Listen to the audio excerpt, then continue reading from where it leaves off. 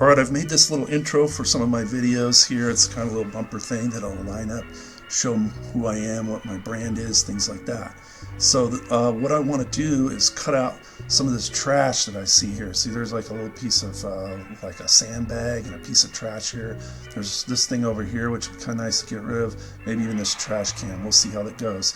So what I want to do is create a track mat and then kind of do basically a clone tool and erase those objects. So here we go.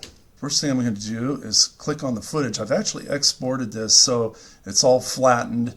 It looks nice. It's going to just take a lot less time if I do it that way. So I'm going to get my pen tool up here, right here, and I'm going to click around this piece of trash. I'm going to give it kind of a wide berth because sometimes when it tracks it falls off. And also you want to sort of suck in the pixels outside, suck them into here, kind of like the clone tool or the spot healing tool in Photoshop, and it'll suck those pixels in and cover this guy up. And then what you need to do is turn this, instead of add, put it on none, so that basically all you have are the lines here. And so right click here on the mask, right click and say track mask, and as soon as you do that, this thing comes up. You want to make sure you're not really later because it'll sort of mess up where things are tracking or whatever. Start it at the front. If there's problems with your mask not being in the right position, you can click on it and hit, shift and arrows up and down to move it around like that. So now we're ready to analyze it. So I'll hit play on here on the tracker, which is now going to assess the information within that mask that I drew. It's looking at position, like did I step side to side? It's looking at scale, did I move in and out? It's looking at rotation. While I was doing this handhold, was I rotating one way or another? So I'm doing this on a flattened version of my file. I actually exported it because it's so close to being done. That's a good time to do some of this cleaning up and tracking stuff. Otherwise it might just take too much RAM and keep crashing. So now the analysis is done and it created all these cool little dots here, which is tracking the position of that piece of trash. So the next thing we need to do is take this level, this layer here, and do the next step, which is content aware fill. This is kind of a strange little panel that can show up if you look under Windows, content aware fill. So here it is. What you want to do is if for some reason the piece of trash drifted out of the lines, you might want to go under your mask and expand it a little bit so that you don't have to worry about it showing up once you do the erasure, which I'm about ready to do. So you could expand it right here. But what I'm going to do now, since it tracked it really well, and I don't see the piece of trash drifting out at all, see how it's always within the center of that little square I drew? That's a good indication that this will do a good job here now that I'm ready to make a new basically what I'm going to do is clone this and I'm going to suck in pixels from the outside into the inside. So I'm getting rid of an object here. That's probably the best way to default this. You could expand the edges a little bit here too if you wanted. I'm using work area, which is my 9 seconds worth of footage down here. So now I'm ready to go. You could create a reference frame, which is basically a frame that you open up in Photoshop and do hand cloning, and then it'll use that to assess this and go from there. So you could do that if you want to do something a little more advanced. But probably what I'm going to do now is just generate the fill layer. It should look great. So what I need to do now is let's turn this to subtract. Now there is a hole to fill. Let's say generate fill layer. So it's created this fill layer for me, and I noticed before it's a little buggy, like it doesn't show up right away. It takes a little while to render it or something. So let's give it a second and see if it will appear properly. I know last time I hit the solo button and that seemed to help it kick in. There it is, it kicked in. Very strange. It took a little while to render it. That's looking quite beautiful. I would like to see if I can get rid of a few more objects, so let me play with that now. It's going to track it and analyze it. I usually like to watch and see if it does a good job. Alright, so it made my cool little dots here. That's a good indication that it's going to work. So I got these 2 holes. Let's see if I can get this one to work now. I'm going to click it. I'm going to go to Content Aware Fill. And I'm going to generate a fill layer, which will probably work on both of those holes now. Let's let it do its thing. It gave me that error again, so I hit OK. Let me change both of these to subtract, subtract, and then try it again. So here's my new layer it just created, and once again it's not really showing up right away, so I'm going to turn on and off the solo button, give it a second to process so that this hole will become filled in a second, and we won't see that sandbag anymore, and we won't see this piece of trash that was over here anymore. There it goes. It took a little while. This one's a little blurrier. This might be a good time to go into Photoshop and actually do a clone in there and bring it back in. Then I would have these little lines and maybe a little bit more texture in there. Okay, I want to show you a couple other ways to get rid of junk that you don't want.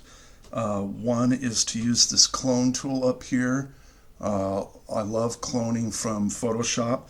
Basically what you're going to do is you're going to set a point that you're going to steal from, and then you're going to put it down here. First I want to get a brush, so I'm going to come over here to my brushes and open that up, and I like this one here that's pretty hard on the edges, and I'm going to double the size of it, 40-ish.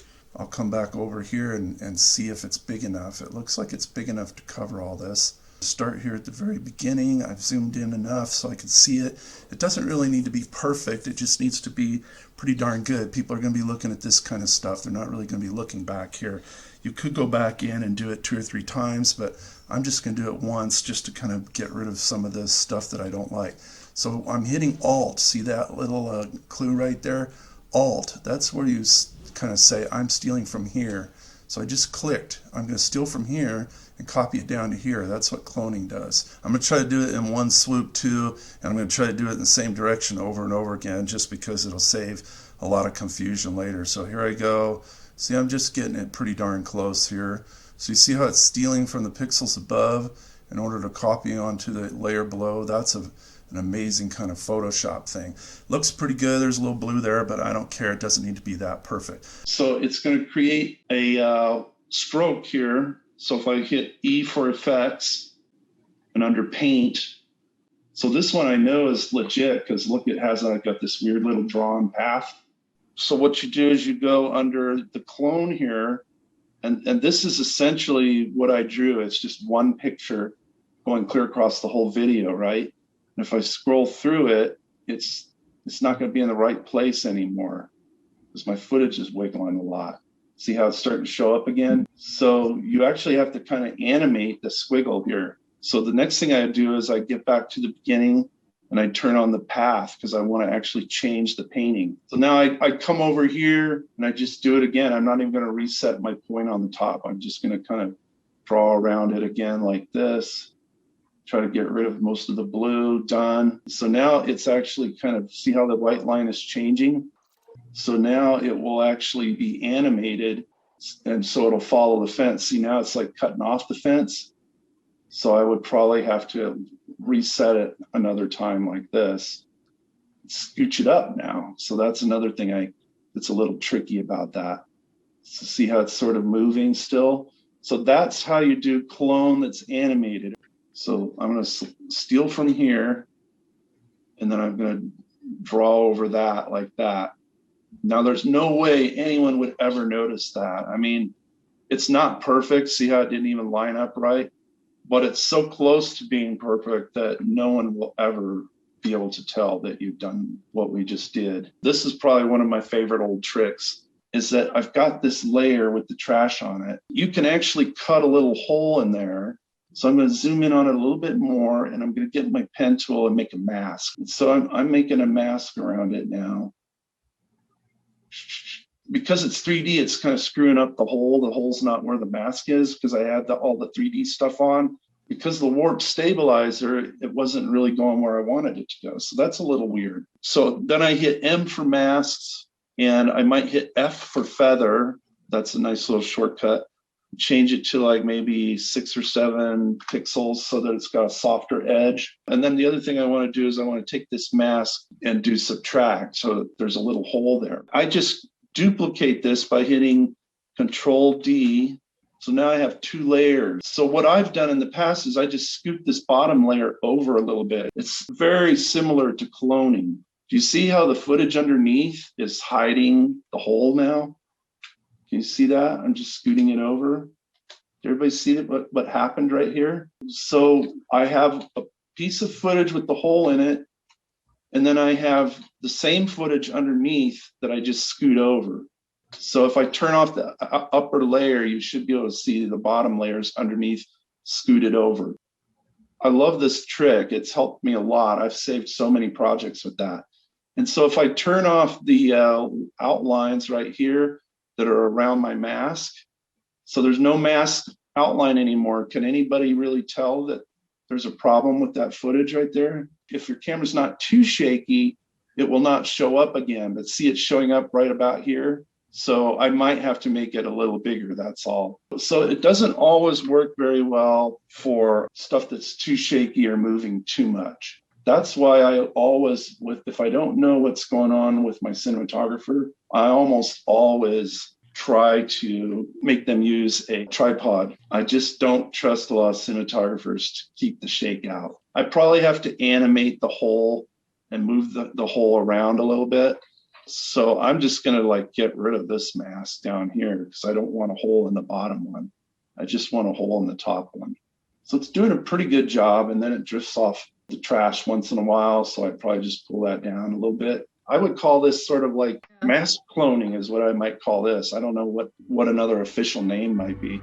Little things like this are good to fix because if you don't fix them, they turn out to be like little sins that you never repent of. Every time you watch your movie, there's going to be 2% of the movie you hate, and you'll be mad at yourself because you didn't spend that extra 20 minutes to fix that 2% and make your movie 100% perfect. That's what After Effects does. It makes your movie 100% perfect instead of partially perfect. It's worth spending that half hour on. So I hope you'll check these techniques of how to clone things out, take some footage that is there and move it up into a spot, and then third of all, using this content-aware fill with a track mask in order to suck in some pixels and cover that area up. Those are some pretty awesome things you can do to fix a boom mic that's hanging in, or to get rid of someone that's walking in the background of your footage that's supposed to be on Mars. Lots of cool things you can do with this.